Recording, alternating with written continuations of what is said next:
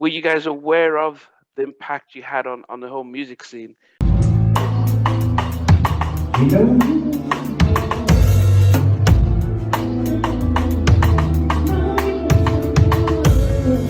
Oh, Joe. Come on, JoJo.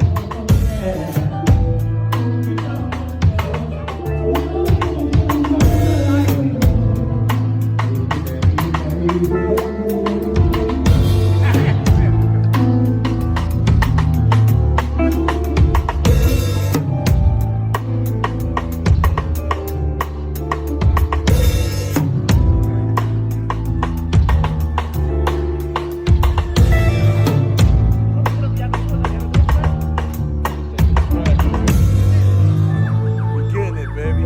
Taking it back. Tell him, Mr. D, you giving lessons today, man. Giving lessons today. You know, man. You know. He got it, though. He dope. Killing him. Yeah, I got nothing on this dude. He dope. That's the GOAT right there, man.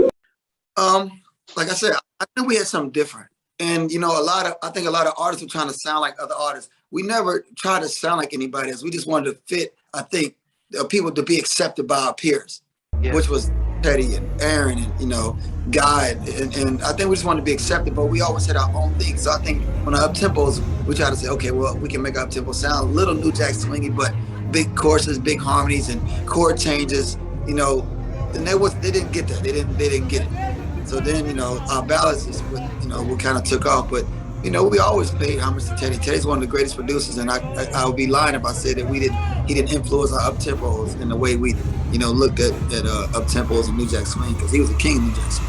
Yeah. And that was the whole sound right there. And he changed sound to New Jack Swing. And when we came out, it just changed again. Yeah. To, you know, our initial, when we set up in New York, the whole thing was to go on a label with, you know, because it was Uptown MCA. So MCA had Bobby Brown, New Edition, Bobby you know, Brown. they had Guy, you know, they had Heavy D and the Boys, you know, they had Father MC. They had all the groups that we wanted to be around and, you know, try to get in the same kind of, you know, where they were going, you know. So that was our intent on going. That's the only label we had in mind was MCA. That's our focus. And we was like tunnel vision straight there. How much of the business side of the industry did you know coming in? Because, as I said, you've got your dad's history to know what was going on. Zero. Man, if I had to do it all over again, it'd be totally different. And you probably speak to 98% of the artists, they would probably the same. They would tell you the same thing. They knew zero things about the business. And what artists fail to realize, it is called the music business. To be the business of music, that's what it should be, you know. But I mean, you learn the hard way, man. You know, there's nothing worse than seeing, you know, when your bank account don't match your popularity or your fame. Then that's when you got to try to start reverse engineering your career and try to pick up the pieces. Okay, where's the money? You know, you got millions of fans, but where's the millions of dollars at some point? Then you go back, and then that's when it becomes important. Because at first, you know, you're just having fun. You're all around the world. You got cars.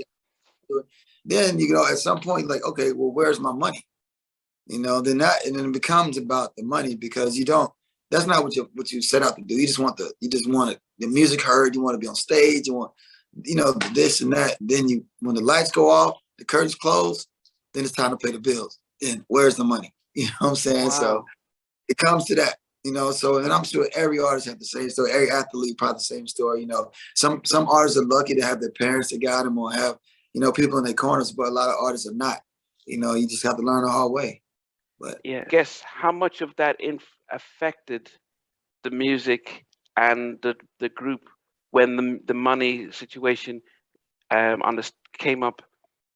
Well, I don't think it affected us as individuals, as a group, because it wasn't us taking from each other. Yeah, it was around taking from you. It's not, so it wasn't like we're stealing from each other. You know, everybody else is taking out your pocket. So, you know, but at some point it begins to divide and conquer, because, you know, some people focus might be on, if I still make records. Some people focus might be, I'm not making a record until I get my business straight. You know, so you start having different opinions about what are you doing. And, you know, you got people that's pulling it one way, and, well, you know, don't pay attention to this and don't pay attention. Just keep making records, and as long as I can put you on stage. And, you know, like I said, so at some point when you're in the group, it begins to it begins to wear and tear on, you know, the different aspects of the individuals in the group. That's what any group. In any group that you ever see, it's always because everybody comes and starts to divide and conquer.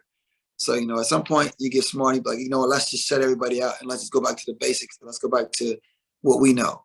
Yeah. And, you know, a lot of groups don't figure it out. A lot of groups do.